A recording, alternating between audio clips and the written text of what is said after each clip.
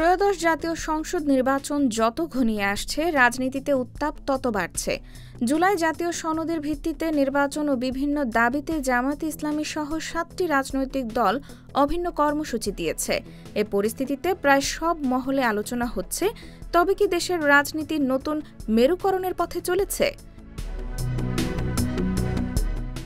বিশ্লেষকদের মতে বিএনপিকে রাজনৈতিকভাবে চাপে রাখার কৌশল হিসেবে দলগুলো কর্মসূচি দিয়ে থাকতে পারে। তারা বলছেন, পরিবর্তিত অবস্থায় ঐক্য ধরে রাখতে অভ্যুত্থানের পক্ষের শক্তিগুলোকে আগে আলোচনার মাধ্যমে খুঁজতে হবে সমাধানের পথ। একে অপরকে ছাড় না দিলে সংকট নিয়ন্ত্রণের বাইরে চলে যেতে পারে। এজন্য সব পক্ষকে সংযত ও দায়িত্বশীল আচরণ করতে হবে। অন্যথায় বিভক্তি বিভাজনের এই সুযোগ নেবে পরাজিত শক্তি আওয়ামী লীগ।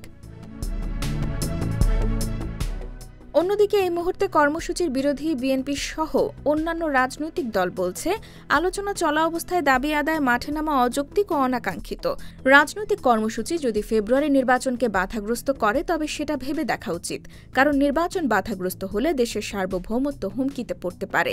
তবে জামায়াত সহ কর্মসূচিতে যাওয়া দলগুলো বলছে, এর মাধ্যমে রাজনৈতিক অস্থিরতা বা নির্বাচন পেছানোর ষড়যন্ত্র হতে পারে, সেটা তারা মনে করে না।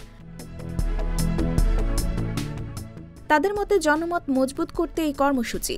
জানতে চাইলে রাজনৈতিক বিশ্লেষক অধ্যাপক ড মাহবুবুল্লাহ বলেন, দাবিগুলোর বিষয়ে রাজনৈতিক পক্ষগুলো একে অপরকে ছাড় দিতে হবে, অন্যথায় দেশের জন্য সমূহ সংকট তৈরি হবে।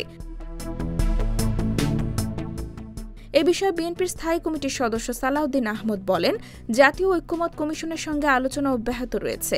যারা কর্মসূচি দিয়েছেন তারাও ওই আলোচনায় অংশ নিচ্ছেন। আলোচনা শেষ হওয়ার আগে এই বিষয়ে রাজপথে আন্দোলনের আহ্বান জানানো অযৌক্তিক।